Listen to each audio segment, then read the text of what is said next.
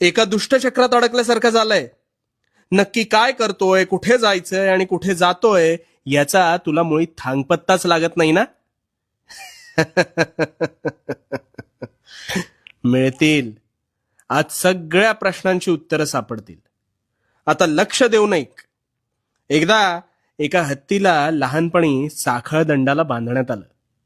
कालांतराने तो हत्ती मोठा झाला, पण त्याला स्वतःच्या ताकदीचा अंदाजच नव्हता.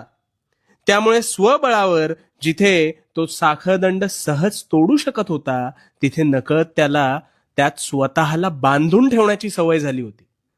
आणि या ऐशोआरामी सवयीमुळे त्याच्या मतीची निव्वळ माती झाली होती. आता अगदी हीच परिस्थिती आहे ना, ही तुझी आहे. फक्त साखळदंडाऐवजी तू स्वतःच स्वतःला या पिंजऱ्यात अडकवून घेतोस.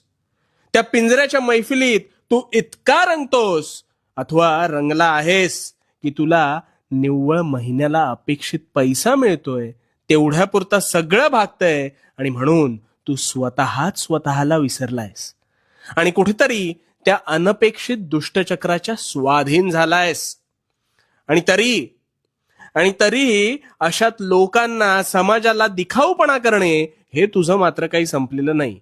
आणि त्यामुळे तू नकळत नको असलेल्या गरजांची भूक आधी भागवू लागलायस. अरे का? कशासाठी? तर निव्वळ लोकांना दाखवण्यासाठी. अरे कोण आहेत ही लोक? का तू यांचा इतका विचार करतोस? आणि ह्याचमुळे ही तुझी प्रगती खुंटते. समाधानाची जाणीव झाल्याशिवाय तुझी गरजांची उणीव कधीच भागणार नाही. म्हणून सांगतो बस झालं.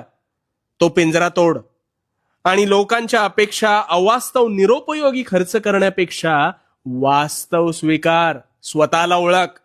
तुझं वय हे आता कितीही असो, आज स्वतःसाठी तुला अपेक्षित ध्येय निश्चित कर आणि त्यावर खंड न पाडता निसंकोचपणे काम कर. त्यात खरी आयुष्याची मजा आहे. त्यामुळे चल उठ, स्वतःच्या पंखांवर विश्वास ठेव आणि भिवू नकोस, कारण मी तुझ्या पाठीशी आहे. भिवू नकोस, मी तुझ्या पाठीशी आहे.